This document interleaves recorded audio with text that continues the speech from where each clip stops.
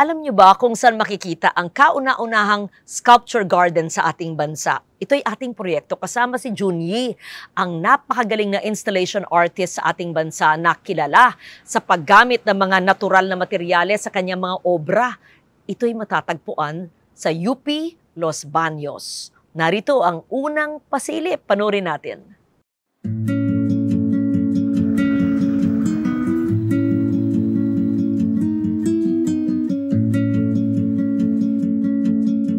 Welcome to the UP Sculpture Garden here in Los Baños, Laguna.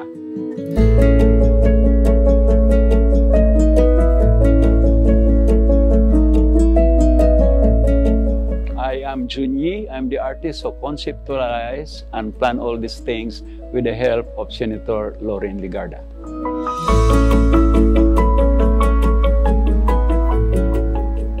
You can see the pavilion, which will be an event place in order to have the fun to sustain the garden. Ang pavilion na ito ay ginawa at dinesign ni Architect Bimbo.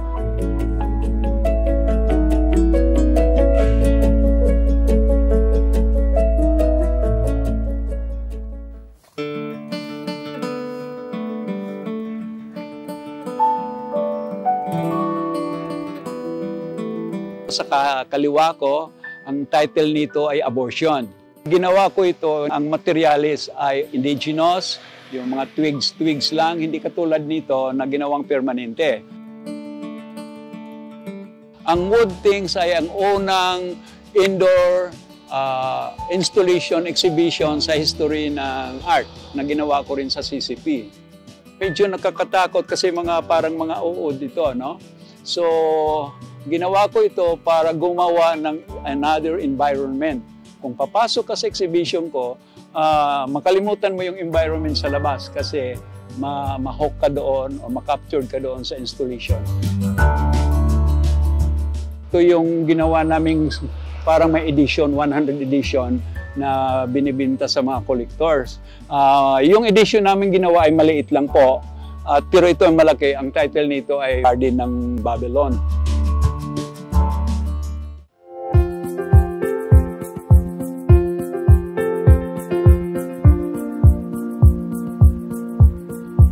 Ito po ay ginawa ko noong 1970 bago mag-martial law. Ako po ay isang aktivista sa UP. Itong balag na ito, ginawa sa Diliman, 1970, puro lang po kawayan. No? Ang purpose nito ay for me to make a freedom space. Now, what is important with this work is that this is the very first installation outdoor exhibition sa history ng art sa Pilipinas. Itong balag ay maliit lang, hasos ganito rin kaliit. Ginawa lang ng bakal para permanente. Ang gumawa po dito ay si Architect Bimbo. Ang Open Doors in 2009, nagkaroon ng open competition para gumawa ng isang monument doon sa Holocaust Memorial Park sa Israel. So ako yung nanalo ng Grand Award. So kung andoon kayo sa Israel, makita niyo doon sa Holocaust Memorial Park ng Israel na 35 hectares. Napakalaking park ito. Ang Bantayog Wika ay programa ito ni Senator Loren Legarda at ng NCCA. So nagpa-competition sila para malagyan ng Bantayog Wika or marker ang bawat lugar na may sariling language. This is important because it gives pride to a locality.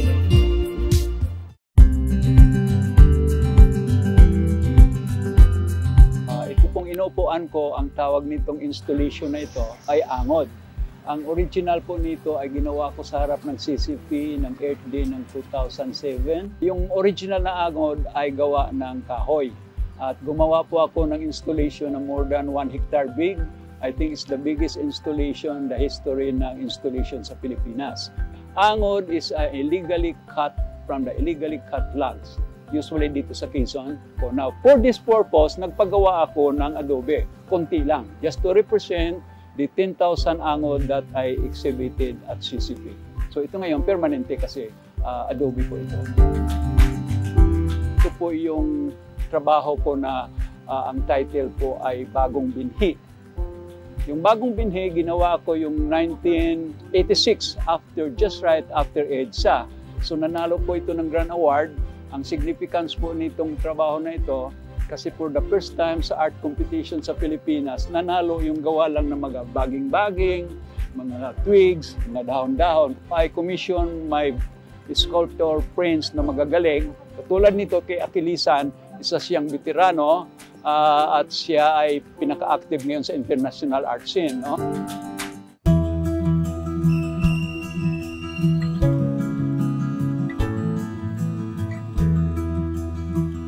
Tawag Seed of Autumn. Ito po ang in-exhibit ko sa Tokyo many years ago, I think 1980. Iyon ang interpretation ng isang young artist sa kung paano niya i-represent yung Seed of Autumn ko. But basically, it's the same except for the cage. Ito naman ay interpretation ng pamangking kong si Richie. Ito yung trabaho ko sa Park and Wildlife na I think I made 21 of this para sa APIC conference that year. So bawat isang puno, isang structure ay represent one country. Ang material po dito ay yakal, kasi ang yakal will last sa labas, no? Hindi ordinaryong kahoy. Ang sa taas naman is stainless yun. So practically this will last for a very, very long time. You can see the KKK flag. This is a very significant piece of work of mine. I made 100 of this. 100 ang title. So, maliit lang ang version nito. Yung original version, malaking kawayan. This is the first and only competition sa installation. Ito po yung model ng balanghay. Ang balanghay ay, as we know, ito yung ancient na mga bangka na ginagamit natin. Umaabot tayo sa China, ito lang ang ginagamit. So, but this one, nirepresent ko yung other side na parang skeletal, ito po yung nakaraan.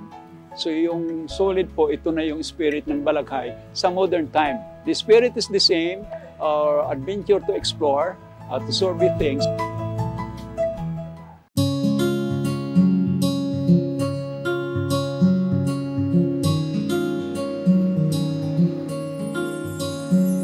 Ito pong nasa malapit sa akin, ang title po nito ay Ang Mga Kahoy Natin. Ito po ay sinali ko sa competition ng 1974 at nanalo po ito ng Grand Awards. Ito ay inspired ng makiling. Nakita ko ito habang naglalakad ako sa bundok, nakita ko yung mga sanga ng kahoy na parang uniform, nakaganon silang lahat. So ginawa kong artwork. 2 doors. Dalawang pintuan. So nakabukas po ito, may tao pong pumapasok sa pintuan. This is wood carving, ang original, no? Pumapasok yung nakahubad na lalaki sa pintuan, kalahati. Paglabas niya, babae sa kabila.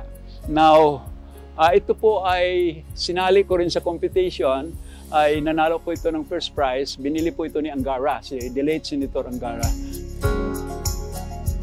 Ito ay part lang ito ng isang malaking eskultura. Ang title po nito, The Two Fools. Ito po ay nag-represent ng isang queen at yung kapares po niya ito na ihang namin dito, idea po ito ni Architect Bimbo, gusto niya ihang yung joker. Kasi itong trabaho na ito, isang joker na nakahang at ang queen ay sa baba. Actually, yung babae na yon ay representing Martha Graham na favorite dancer ko. Martha Graham, if you know, is the mother of modern dance. Ang huli nating i-discuss ay ang monumento ni Makiling. The whole garden is dedicated to Makiling. Alam naman po natin ang legend ni Makiling, so hindi pwedeng hindi siya gagawin ng isang monumento.